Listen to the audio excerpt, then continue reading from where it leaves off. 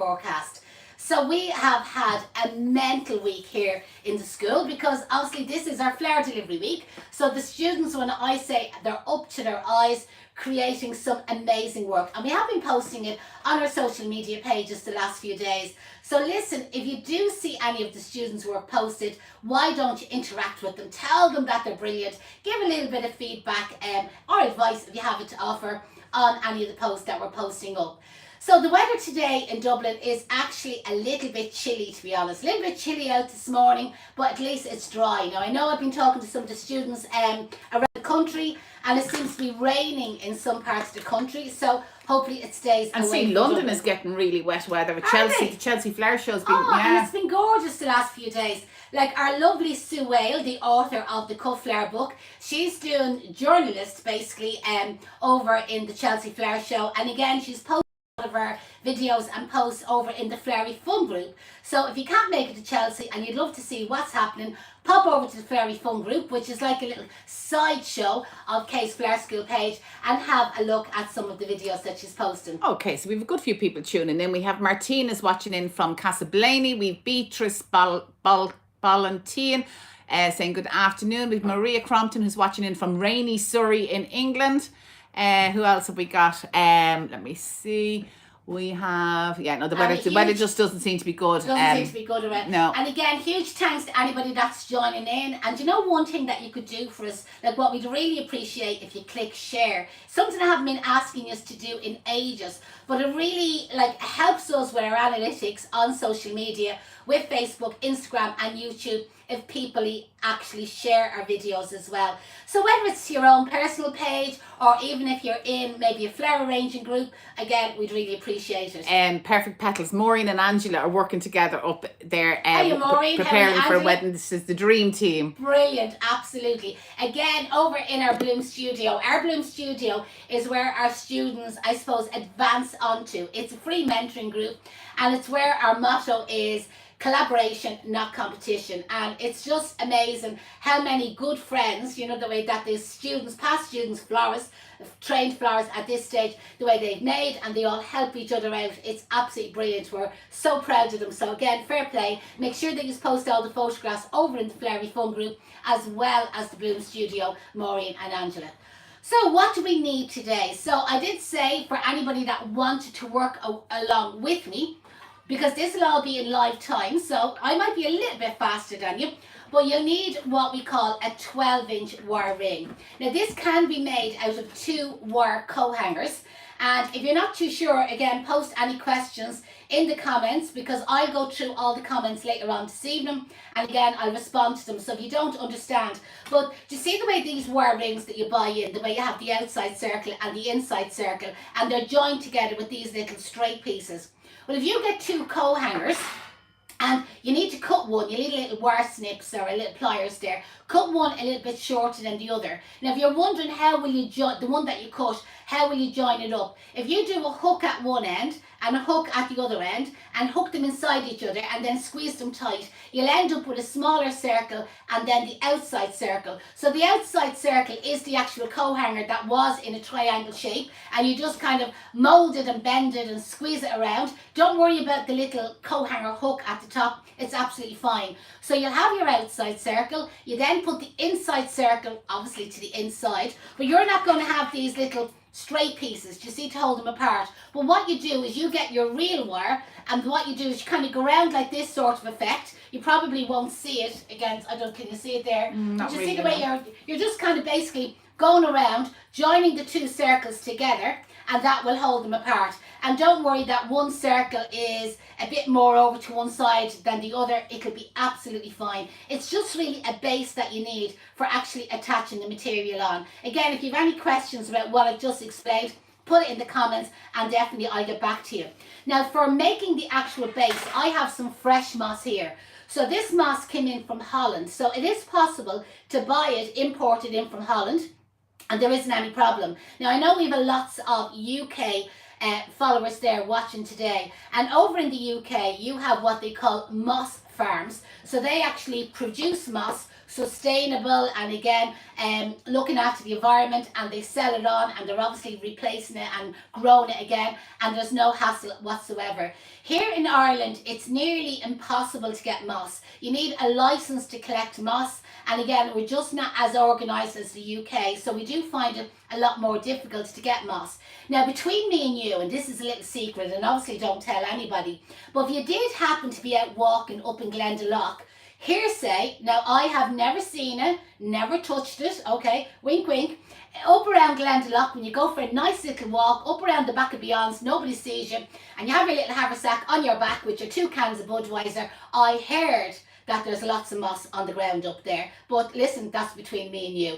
If you don't want to use moss, you can use straw, you can use twigs, you can use corrugated cardboard. We've done lots and lots of different variations of it. And again, if you pop over to our YouTube channel, I know we've lots watching on YouTube here at the moment, but over on our YouTube channel, we have hundreds of videos going back over the years. Some of them are pretty old. She'll know by looking at them that the old ones. I look younger, hair is shorter or longer, I'm browner or paler, or I'm fatter or I'm skinnier. But listen, you'll see all the videos over on the YouTube. So I'm going to use moss for actually making my base. So what you do is you get your moss, you squeeze it together like into a kind of like a fat sausage shape. You lean it down onto your wire base. And then what you do is you wrap the wire around it. And you're leaving a little bit of a gap between each kind of like round of wire that goes around it, okay? So again, you take up your moss. If there's little twigs and leaves in it, it's absolutely fine. You slightly overlap the previous piece. And again, with the real wire, you go around, pull it tight, go around, pull it tight, leave about 2 centimetres gap in between each spiral of circle that you go around. Sylvie wanted to know, is the moss full of spiders? No, this has all been de-spiderized, Sylvia. So when we buy it in, to be honest, I just left that one in the plastic bag. I probably have this one in about 8 or 10 weeks at this stage. Easily, yeah. You know, have it in ages. And I'd say the spiders have well run away. Probably you'll see one running across the table now in a second. But another thing that I do to the moss is if I'm at home, or I just get a cardboard box. You know, one of the cardboard boxes that the flower deliveries come in, like one of the lids off it. Put it out in your garage or your shed. Empty the moss into the cardboard box, okay? Then all the spiders will all just run away. And I kind of like loosen it all up. They're all off to a happy home. Like the earwigs. Remember over in Holland that all went to happy homes there? So what I then do is I kind of like loosen it up, turn it upside down, and I actually let it dry out in the cardboard box. Now this moss is actually still damp, even though I have it that length of time. Now indefinitely, you probably find after about 3 months or so, you're better off taking it out of the plastic bag. Into silage. You'll turn into silage, exactly. But like I'll have that well used up in that amount of time. But back to the one that's in the cardboard box. Yes, it is going to be dry. But the thing about moss is a natural sponge. It'll just take up the moisture again. So all you have to do is get either the moss, you know what I mean, that out of your cardboard box, dunk it down into water and it'll absorb the water up again. Or if you have it as a moss frame. So normally, like I'd often say to the students about making a few of these moss frames at the same time, you know, rather than making all this mess and just do one of the moss frames, get in and do 4 or 5 of them. And then I say to them, let them dry out. So the handiest thing to do is we get a sweep, so imagine my arm was a sweep and brush handle. So get a sweep and brush handle up off the ground, rested between maybe the tops of 2 chairs or 2 bricks or 2 shelves or something. So you have your sweep and brush handle going across, and this one isn't finished, but that would be the idea, is that you place them onto the sweep and brush handle, that the air can circulate around them. The mistake people make is they place them on the ground and they place one on top of the other, and the bottom ones all get flattened and they'll start to go smelly and they go real soggy as well. So the sweep and brush handle or a strong rope is a much better job. Now just to show you, I went around, so that's the first time with the moss on, and what I'm going to do now is just kind of clear off here and put it back into the bag. I'm not throwing this in the magic bin because it's actually too expensive it is. You know, that way it's a waste it is, and the thing is I will use up all of this again. So then I go back to my ring, and then I'm going to go around a second time with the wire. When I go around the second time with the wire, I secure the moss on even stronger. I make the frame stronger. You can see already that section there. You see how neat that is towards the rest of it. So the first time round, I'm not really too fussy. I do pull it tight, but I'm not real fussy about it. Because I know I'm going to go around the second time. And if anybody finds that even after going the second time and it's not strong enough, go around the third time. It's no big deal. Now the trick is, if you watch me, I always moss near my stomach side, you know that way, so that side of the ring that's close to me. I keep the reel wire kind of like wound quite tight. I don't unravel loads of it. And I kind of lift it up off the table like this. I throw that into the centre, lift it up, pull it through, pull. Throw it into the centre, lift it up, pull it through, pull. Throw it into the centre, lift it up, pull it. And you see that technique that I have? That's how you do it, and that's how you'll actually fly through it. And then the wire isn't cutting into your hand, where people are holding the wire all the time and they're trying to go around it like this. You know that way? The way I'm doing it is the fastest, easiest, and the quickest Melanie way. said, oh my God, that's the most amazing tip she's ever get. She says she mosses away from herself the whole time. Yeah, I just see people doing that. Like, it's so much more awkward, you know. And again, you're working with the circle. And obviously, I'm right-handed and I'm going that way. But if you're left-handed, just turn the reel the opposite way. What I then do is I cut off the wire, stick it back down into the ring, get your sweeping brush handled, you know that way, and again, store them all like that. And you'll store loads of them on the ring. And especially if you're planning on doing this up to, for, say, Christmas, for your Christmas holidays. I know it's mad, end of May, and we're talking Christmas already. But listen, it's going to be on top of us. And I don't know whether you even realise, we actually have all our Christmas courses up on the website already. We've all our Christmas workshops, all the dates are up, and we've already got bookings in for them. And we have the Christmas online programme, because this year we're starting it that little bit earlier. Going on other years, people keep saying, oh Jeanette, is there any chance that you could let us onto the Christmas course earlier? Because they really want to get themselves organised and buying all the materials. So we're kind of bringing back the date of the Christmas course into October. Now you can still join in November if you want to, but for anybody that's really serious about it, they're planning on joining us in October for the Christmas programme. Anyway, there is our moss ring, and it's ready then to attach the material to. So Deirdre, I hope, can you see all that in the camera? Not quite, Not no. quite. So over to that side of me there, I have all the little bunches of ceanothus foliage, There we okay? go. So as you can see, it's in flower, it's absolutely beautiful. Deirdre's ceanothus is always a little bit later than everybody else's. I don't know why, it's obviously the variety of it. So for the last month, you would have seen ceanothus flower all over everybody else's garden. It's probably still in flower, but hers has just bloomed there recently. So the ceanothus is a fabulous flower for making summer door wreaths. Now the only thing about it, the actual flower itself kind of sheds. Can you see that there? So you will find every time you open your whole door, you'll find them little petals on the ground. If you have any strong hairspray, spray the strong hairspray on the actual flower. And again, it's the stickier hairspray. You know that we normally with your hair, The you cheapy hairspray. the pound shop hairspray, yeah. I find like where I wouldn't use cheap hairspray on my own hair, but I would use it on the flowers, because normally the cheap stuff leaves your hair all real sticky, and you know it looks greasy looking. But for the flowers, it's absolutely fantastic, and sometimes they actually smell quite good as well. So to attach your flowers, I'll show you with the little bunches. Normally what I do, so I'm just going to take off this wire at the bottom, is I get 2 or 3 pieces of the ceanothus. So you can see there are 2 or 3 pieces of the little ceanothus together, like in a little bunch.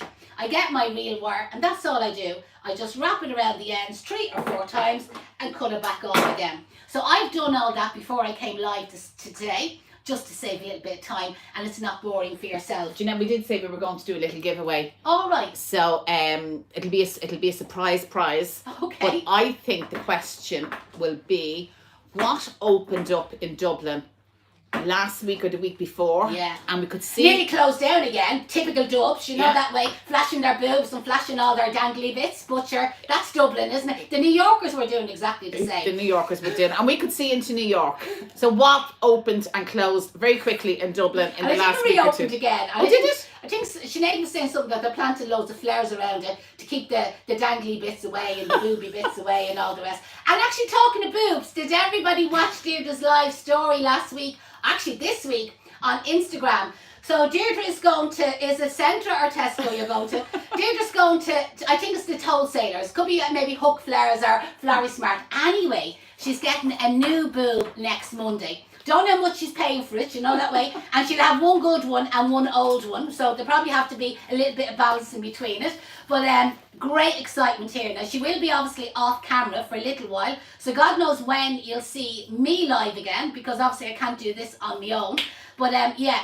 So what was the new thing that was put up in Dublin, closed a few days later, opened back up again, and the New Yorkers and the Dubs were flashing their booby doobies and their dangly bits.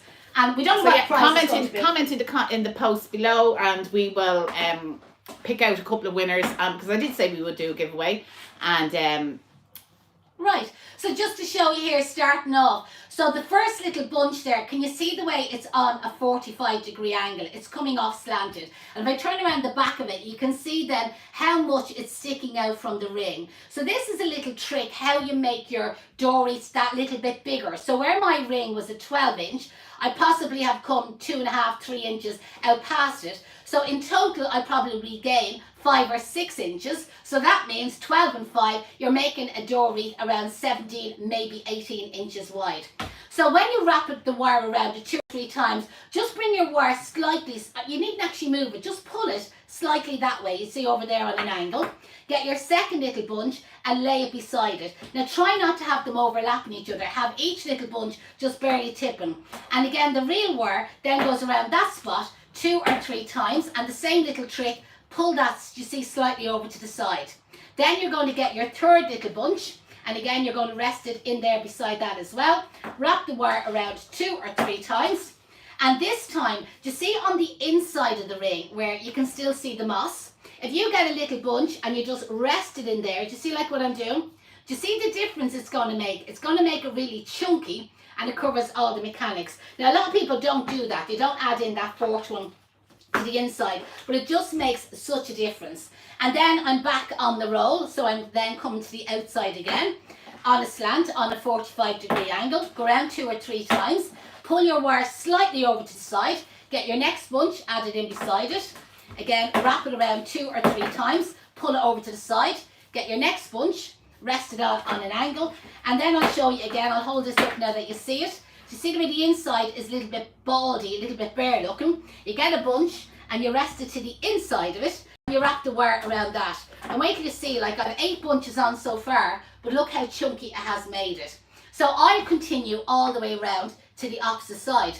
Now, I just want to explain a little bit about the classes that we do here at the school. Deirdre's been doing a marketing course there recently, and it was gas, the amount of people who were asking her, the other participants on the course, were saying about her flower shop and selling flowers and so on. And she says, no, we don't sell flowers. So we actually don't sell flowers. And a lot of them found that hard to kind of like understand. And she said, no, we're a training school. We trained florists, and we trained florists to work in flower shops or work from home on a commercial basis, or set up their own flower studio, or maybe florists that have a business and they want to get extra training, or maybe people who want to maybe specialise as being a wedding florist or a funeral florist or whatever it might be.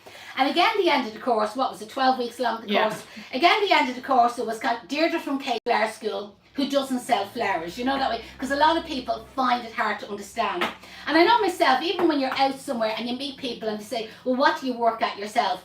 And I say, I'm a floristry tutor. And so, oh God, that's gorgeous. Like working with flowers and selling flowers all the time. And I'm saying, no, we actually train florists. And they're saying, oh, first of all, they just say, do you actually have to be trained? The amount of people who think you just wake up or fall out of bed in the morning, a bang on the head, and suddenly you're a florist. It doesn't actually work like that. To be honest, there is a lot involved in it. Most people don't understand that you actually have to train to be a florist. They think you just naturally do it. Yeah. And the amount of people who tell you that they're self-trained, but at the end of the day, they have done something. Do you know that way? Again, like whether they have studied it by book or studied it online as a course or attended a course or worked in a flower shop, like really to be a proper qualified florist And make money. and make money at it, you do need training. Because again, it's all great doing something that you love, you know that way. Like people often say to me, Leah, I love cakes, I love making cakes, or I know my mum loves crocheting, you know that way. But she'd never make any money at it because again, she doesn't charge, she does it for fun, she does it for pleasure. So that's something that we do. Meet me on here this morning.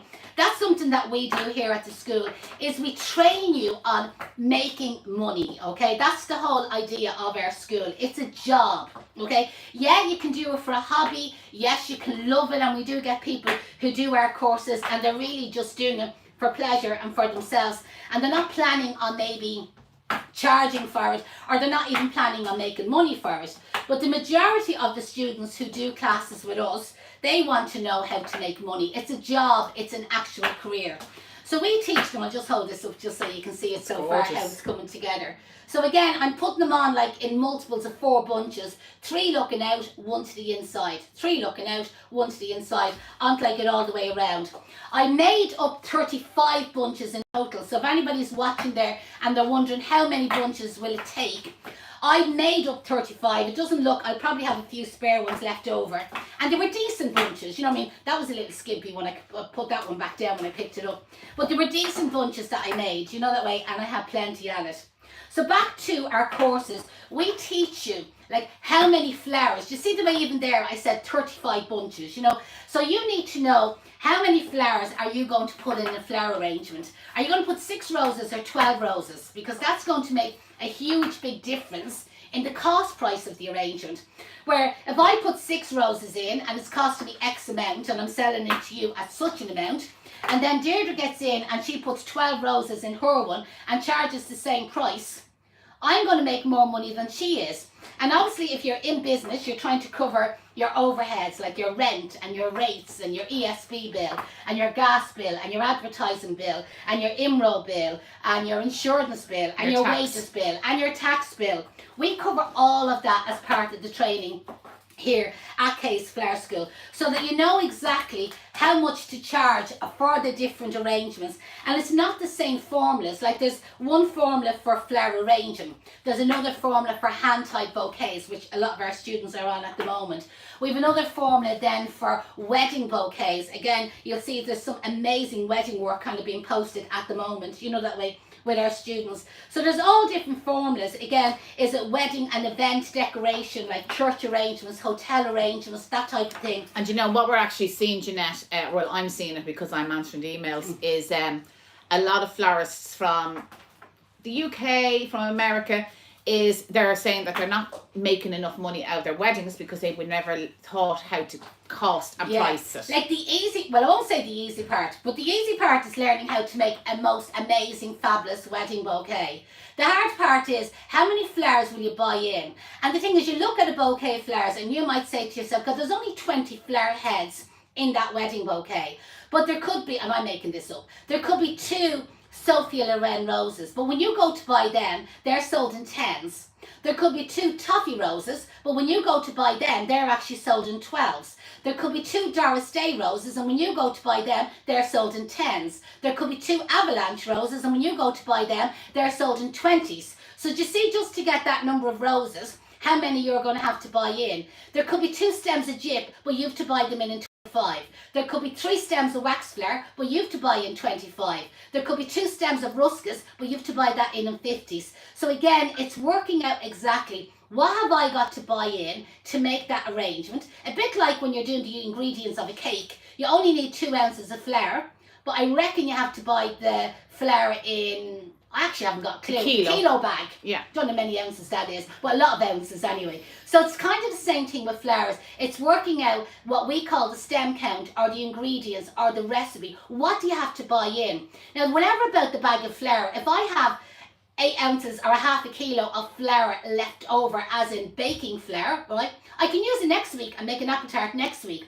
But with fresh flowers, if I have 16 toffee roses left and 14 Sophia Loren roses left and 16 Avalanche roses left, what am I going to do with them? Now, probably with a with a wedding, we'll use them up in the bridesmaids and the flower girls and the buttonholes and the corsages and the flower crowns and the thank you bouquets. But again, that is all part of the marketing and the selling of the wedding, and being able to offer all these items, which we do as part of our training. And talking of marketing and selling, we have, I see watching in here, we have Denise Horan is watching us in live here over on Facebook, and Denise is actually going to be in our Bloom Rooms tomorrow morning talking to our Module 2 and our Module 4 students about marketing and selling themselves and getting themselves out there. Exactly. So any of the students that were watching me this morning in the Bloom Room, so these will be the students that are attending the courses with me. Now they got a right sight this morning because first of all, I was supposed to be in the Bloom Room at 9 o'clock. But you know, this week I'm getting myself back in the gym. I tell you, I'm going to be a skinny Malink here in a few weeks' time. You won't know me, you will. It'll be the Fit Jeanette. We'll be doing the greatest fittest family here at Case Blair School with the new boobs and the slim fit bodies anyway, trying to get back in action. But my trainer changed the class till whatever the time was, early this morning, 8:30. So I knew I wasn't going to make the 9 o'clock class. So I postponed them till 10 o'clock. So came home after having multiple heart attacks and getting the oxygen and trying to get the breathing back to normal. Had a shower because I was in bits. I looked at the clock, 2 minutes to 10. Hair was still wet, so I just brushed the knots out of it. Not even concealer on my face. Big red, blotchy, spotty face on me. All the wrinkles shown. Wet hair, the bad roots, all the rest. Went live. And as I just say, what happens in the Bloom Room stays in the Bloom Room. So, and it'll only be posted for 30 days. But I was saying to them that we have 2 experts coming into them tomorrow morning, and one of them is Denise Inspired. She is absolutely amazing. Anyway, Sorry, back Jeanette, to just work. Sarah was asking a question there. How old is my Ceanothus tree? I reckon it's about 15, 17 years old at this it's stage. huge. But it's massive. It's absolutely Huge it is. And I bought it as a shrub. Yeah. So And like we often cut it throughout the year as a foliage for even if I'm doing other types of summer and spring wreaths, I just use it as a foliage. As I said, her one is only in flare like the last while. So at the back here I have the real wire and I'm going to cut it off, you know, and the bit that's left over I'm going to stick it back down into the moss frame. Now the Ceanothus, tell you a little trick, right? Remembering the name of it, because a lot of people you know what I mean, they kind of find it's hard to remember the name of it, or they try to spell it because it's spelled with a letter C instead of a letter S. So I always remember years ago, my mum, you know our mum is Kay, and we were actually up in Deirdre's garden, and we're all sitting there sunning ourselves because she's the only one with a decent garden, and Deirdre's husband says to my mum, he says, what's the name of that tree there, he said, with the purple flower on it? And she said, see the notice on the wall. And he went, what? And she says, see the notice on the wall. So she said, always remember that. So see a notice, see a notice, see a notice. See a notice on the wall. And that's how you remember the name of it. Hopefully it'll work for you. But I still, you know what I mean, if students often ask me about it and I'm trying to remember it, I still often say to the students, see a notice on the wall. Obviously leave out the bit on the wall. And you know what? It's a great one to plan to take Holy Communion photographs against. So many kids have their photographs, Holy Communion photographs against this one. You've just a gap up the top there, Jeanette. I'm after pushing that little bit Jesus. there. See, this is what happens on live, you know. I'm going to announce our winners. So the winners of our spot prizes, you need to drop me an email with your address so we can get them in the post to you, is Mary Doran, Sharon Boylan, Jill Fitzsimons and Mary Lynch. So that was across Facebook, Instagram and YouTube.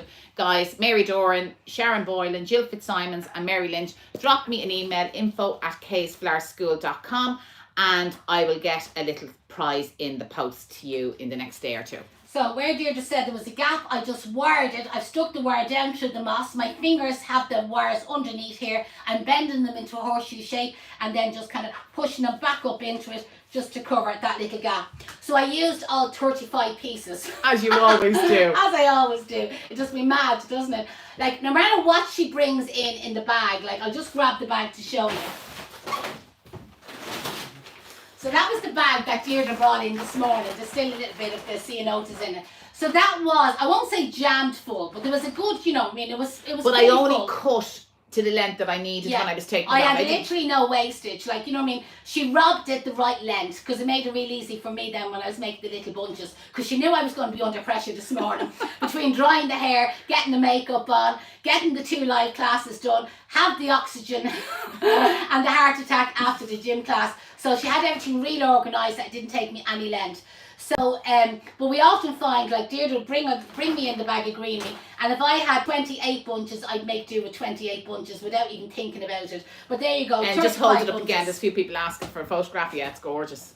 So if you do a little screenshot there, you'll be able to catch it. But what I'll do is I'll get Deirdre to take a photograph. And actually, if anybody's you're watching on YouTube, or not YouTube, on Instagram, take a screenshot now and tag us in it. and we might get another little prize to somebody. Absolutely, yes. So take a There you go, screenshot, take a screenshot. share Get it me to your good side. share it to your story, tag us in it, and yeah, we might have another little prize for somebody. Everyone's loving it. They're all loving it. And the thing is, right, that cost me very little. It cost me the wire frame, okay? But I did explain to at the beginning, you could make it with 2 wire coat hangers. It cost me the real wire, but you could use a strong ball of wool or a strong ball of twine would do the same job. The moss, okay, I bought the moss in, but you remember we talked about Glendalough, that good, healthy, strong walk up around the Glendalough. Oh, do you know what? If you Lakes. came to my garden and raked the grass, you'd probably get a lot of moss as well. And then the C notice cost me absolutely nothing and a bit of organza ribbon for tying it. And like, it wasn't that hard to make, and it was, you know what I mean, probably the most work or slowest time was making up the little bunches. But because Deirdre had to cut the right length, it actually speeded it up. So that's a hint for you. Don't cut the branches that length. You know what I mean? 6 inches is absolutely tons. You know that way when you're cutting the little sprigs of foliage. There's lots of good wishes coming in for my boob job, so it's actually not really a boob job. No, it's not a boob job. No, it's not a boob. Well, it is a boob job, but she's missing one, you see. So 8 years ago, Deirdre lost a boob, so she's getting a reconstruction. So it's not like she wants to be Dolly Parton. She just doesn't want to be lopsided. So she just wants to get a bit of balance on both sides. So she's only got one at the moment, and she's looking for another one. Now, the doctor reckons the new one might be perkier. As I described the other one, it's like a flat chicken fillet at the moment, you know that way. So she might have to go in and get a Dolly Parton on the second one eventually, but it's only one that she's getting. So it's classed as cosmetic. Yeah. Medical. Follow along for the journey. I don't think she'd be online next week at all. He did tell her, like, no visitors. She'd be in the matter. So he said no visitors. She's bringing her laptop in with her now. Whether she'll be online on the laptop, I don't know. But she's supposed to be until Friday anyway. But listen, I'll keep you posted anyway. I'll take the photographs, okay? And I'll post them up. The good, the bad. Before and after. Yeah. Before and after. No. How big are they going to be, Deirdre? Are you going for? I don't know. Do you know, we'll have a competition. What size do you reckon it'll turn out without the swelling, okay? Because the doctor asked her, he says, what size do you want? And she says, I don't know. I don't want them too big, and I don't want them too... I want it bigger than it is. When you've actually nothing. Obviously, she wants a little bit bigger than it is. But she will keep you posted. And Deirdre's a great one for the Instagram story, so follow her over on Instagram.